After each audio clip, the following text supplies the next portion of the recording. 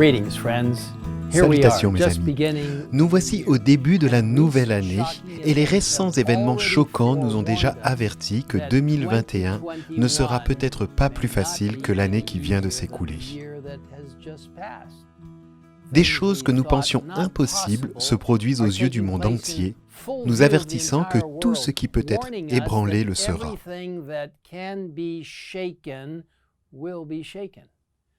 Le Seigneur dit, comme il est écrit dans Hébreux 12, verset 12, versets 26 et 27 et la dernière partie du 26,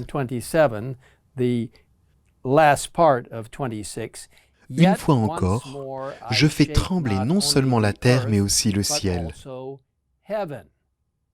Les mots « une fois encore » indiquent bien que les choses qui, appartenant au monde créé, peuvent être ébranlées disparaîtront, afin que celles qui sont inébranlables subsistent. Il nous rappelle ensuite au verset 28 ce qui suit. C'est pourquoi, puisque nous recevons un royaume inébranlable, attachons-nous à la grâce qui nous permet de rendre à Dieu un culte qui lui est agréable, avec respect et avec piété. Ce texte nous dit de mettre l'accent sur Dieu et son royaume qui ne peut être ébranlé et de le servir. Alors que ces événements étonnants se produisent tout autour de nous, il est important de se rappeler que des milliers de personnes souffrent dans le monde, souvent pour des causes qui ne reçoivent que peu ou pas d'attention de la part des médias. L'une de ces causes est la persécution religieuse. Des millions de personnes dans le monde entier souffrent à cause de leur foi. Cette souffrance est vécue à différents niveaux et en différents lieux, allant de la discrimination et du harcèlement à l'emprisonnement, la torture et même la mort. En tant qu'adventistes du 7e jour, nous croyons en la dignité de tous les êtres humains et en leur droit donné par Dieu d'exprimer leur foi selon leur conscience, et nous sommes solidaires de nos frères et sœurs persécutés dans le monde.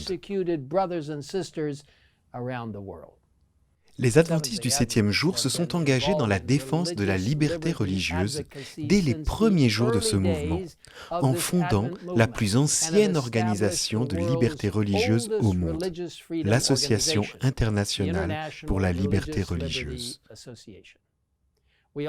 Nous avons également des représentants au plus haut niveau du gouvernement qui cherchent à encourager les dirigeants à adopter une vision du monde qui favorise la liberté religieuse pour tous. Pourquoi faisons-nous cela ? Et quelles contributions pouvons-nous apporter en tant qu'adventistes du 7e jour pour aider à promouvoir la tolérance et la liberté religieuse dans le monde ? Je crois que notre vision de Dieu, en tant que Créateur, nous donne un aperçu très important de la dignité de tous les êtres humains et constitue une base pour la liberté religieuse.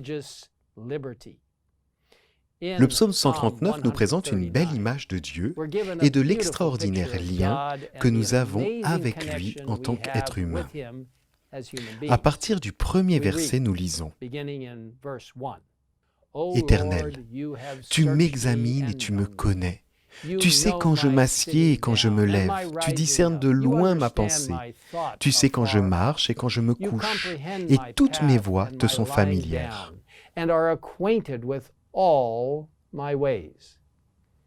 Quelques versets plus tard, on nous rappelle que nous venons tous de la main de Dieu.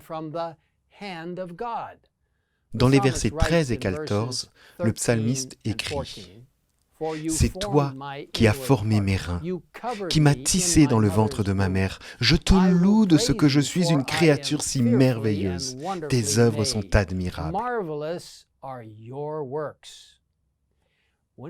Lorsque nous considérons les autres êtres humains à travers cette perspective biblique, en tant qu'êtres humains créés par Dieu lui-même, cela nous aide à les voir avec dignité, comme des individus multidimensionnels créés à l'image de Dieu. Le Christ lui-même, lorsqu'il était sur terre, a entretenu des relations avec tous les êtres humains, du plus petit au plus grand. Il traitait tout le monde avec respect. Et c'est ce point de vue, cette compréhension que nous, en tant qu'Église, nous cherchons à promouvoir dans le monde entier en encourageant la liberté religieuse, la liberté de culte pour tous selon leur conscience. Chaque année, le 3e sabbat de janvier, les adventistes du 7e jour du monde entier prennent le temps de se souvenir du don de la liberté religieuse de Dieu. Le sabbat de la liberté religieuse. Nous prenons le temps, en tant qu'Église mondiale, pour prier pour les millions d'hommes, de femmes et d'enfants qui continuent à être victimes de harcèlement, de discrimination, d'emprisonnement ou de dommages physiques pour avoir choisi de rester fidèles à Dieu quoi qu'il arrive. Ce sabbat, je vous encourage à faire de la liberté religieuse un élément particulier de votre service de culte. Par nos prières, nous pouvons soutenir nos frères et sœurs du monde entier en exprimant notre soutien à la liberté de tous, quelle que soit leur foi. Pour plus d'informations sur le sabbat en faveur de la liberté religieuse, je vous encourage à visiter le site web que vous voyez en bas de l'écran. Dieu nous bénira, alors que nous nous concentrons sur lui et sur les aspects merveilleux de la liberté en Christ, et que nous défendons ceux qui sont persécutés en raison de leurs croyances religieuses. Prions ensemble. Père Céleste, je te demande une bénédiction spéciale, d'être avec ces personnes qui souffrent en ce moment à cause de leurs propres convictions que tu leur as données concernant la vérité biblique. Seigneur, encourage-les, qu'elles soient en prison ou qu'elles soient harcelées de quelque manière que ce soit, que la présence du Saint-Esprit soit avec eux pour les encourager et fixer leur esprit et leur espoir sur le retour de Jésus. Que chacun de nous reste fidèle, Seigneur. Merci pour le privilège de défendre la liberté de conscience et la liberté religieuse. Guide ton Église à travers le monde, alors que nous défendons ces beaux principes de dignité humaine qui conduisent les gens à Christ. Nous te le demandons au nom du Christ. Amen. Amen.